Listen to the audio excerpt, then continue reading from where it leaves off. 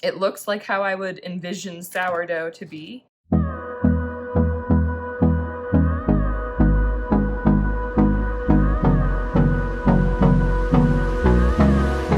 Hey there, welcome back to Limabean Living. If you are new here, my name is Emily, and in today's video, we are making sourdough bread. Now, I'm in the middle of a little series where I'm trying something new, and making sourdough bread has been on my bucket list. So I'm super excited because I'm finally getting a chance to do it. If you want to join in on the fun, make sure you use the hashtag NEWTODO on your social media to document whenever you try something new. It's always great to get out of our comfort zones, and with something like sourdough bread, I think it's worth it. Now, 5 days ago, I actually had to make the starter for this bread, and we're finally getting a chance to make the bread today. Because the starter takes 5 days to go from a little bit more of a doughy texture to more of a liquid. And the thing that I like about this is there's more starter than what we actually need for the sourdough. And so I'm gonna store that away, and I'll give you guys instructions for how to take care of your starter to make in future batches. But it's kind of cool because it's like we get all the work done with the starter for this 5-day period, and then I don't have to do that again. So let's go ahead and check out how I made the starter.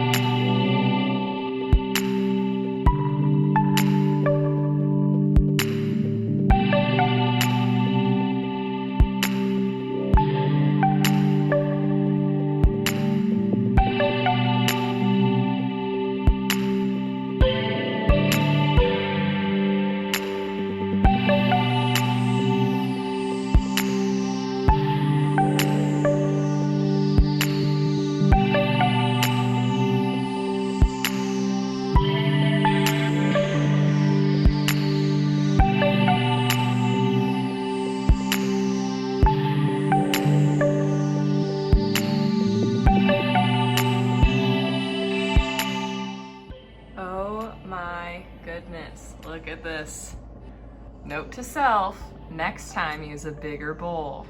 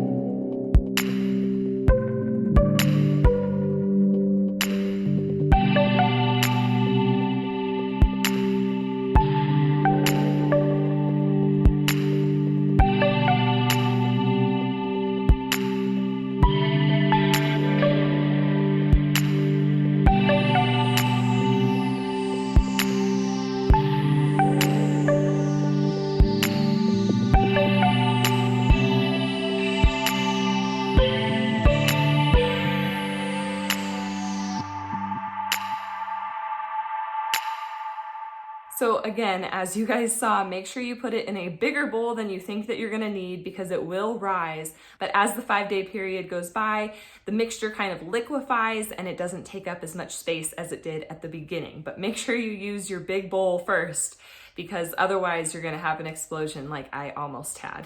I'm thankful that I caught that early. But now that my starter is all ready, we are ready to actually make the dough. But after we make this dough, it has to rise for 12 hours. So I'm actually making it closer to when I go to bed so that when I wake up in the morning, I can knead the dough and let it proof again and rise for about 4 more hours before I finally bake it. It's such a long process, but I really hope that it will be worth it. Before we actually get started making this dough, I am a little curious.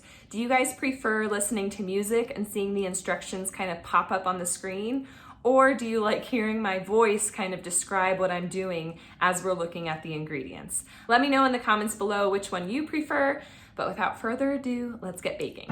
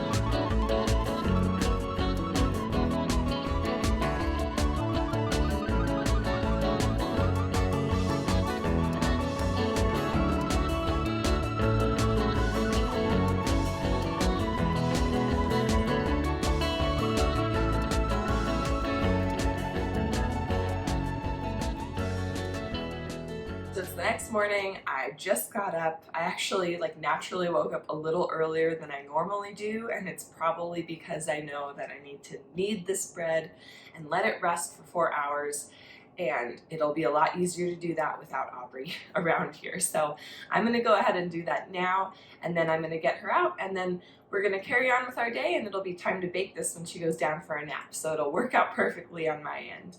But let me show you this bread. It's like ginormous now. Let's go ahead and knead this into a cute, probably 2 little balls.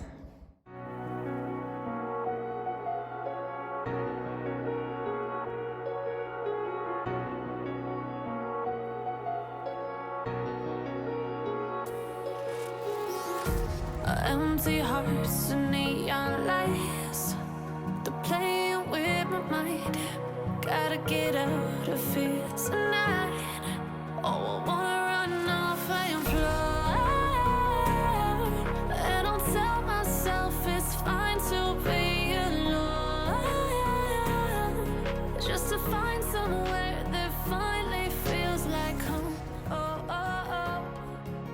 I hate all this over. So as you guys saw, the top of that little dough was really, really crusty.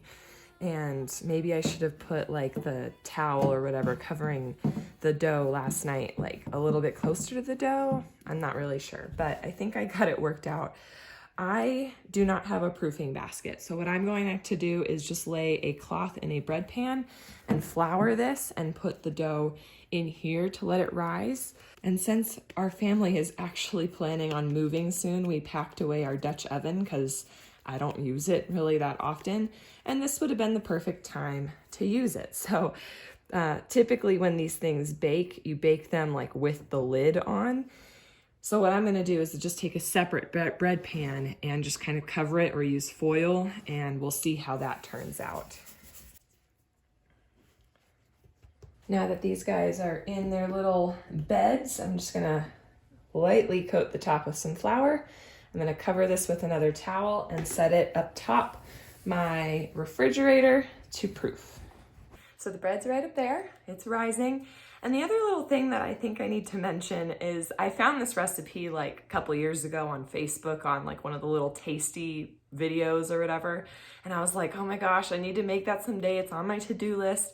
So now finally getting a chance to like come around and make it, I had to like scroll back in my like Facebook saved items and like find that recipe. And looking through the comments, some of the people were like, this isn't sourdough. Like they were very angry about it. And, you know, so as a little, I guess, disclaimer, this may not be a technical sourdough bread. I mean, I'll taste test it when it's out of the oven and let you guys know how I think it compares.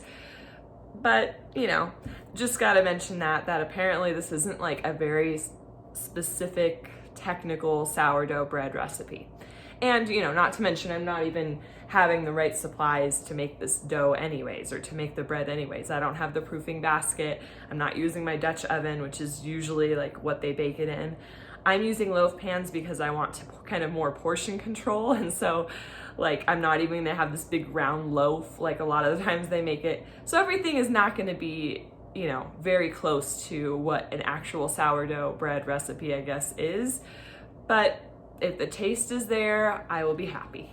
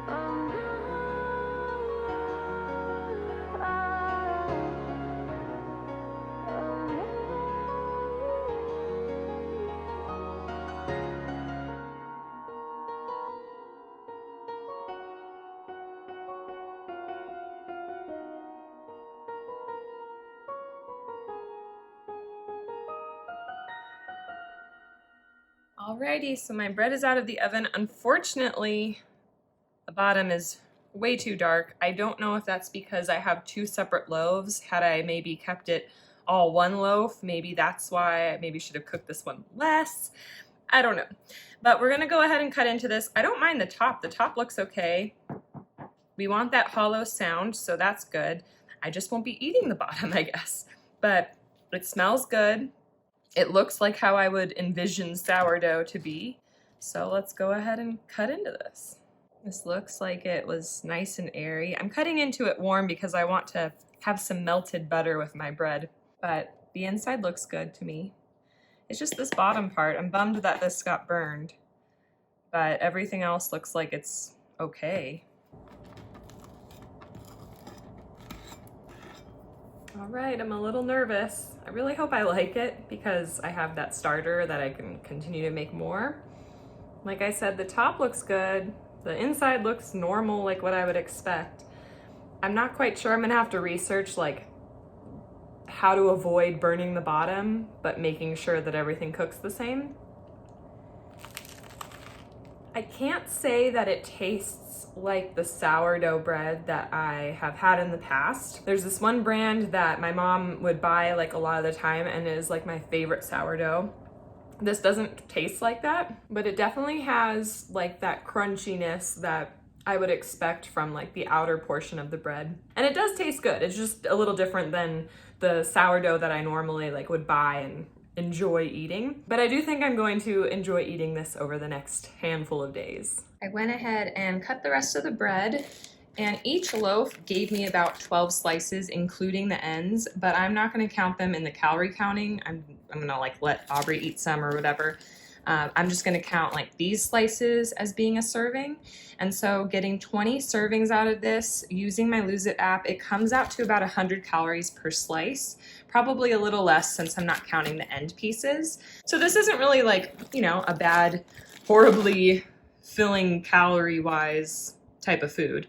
So for those of you guys who like it when I mention the calories, each little slice is about 100, and there you go.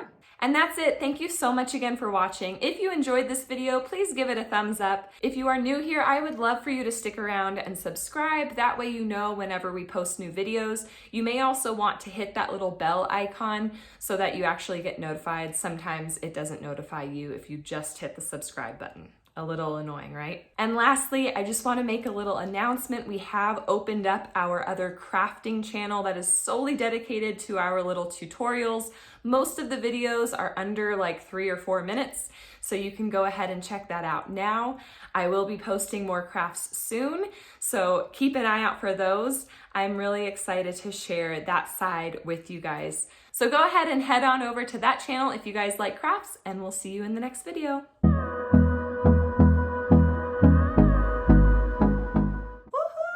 You've made it to the end of the video. If you didn't know already, my name is Emily from Limabean Living. Welcome, we are so happy to have you. We post videos every Monday and Friday on a variety of content: lifestyle, cooking, cleaning, military life, DIYs, encouraging mathematical development in children, and so much more. Thank you so much again for watching, and until next time.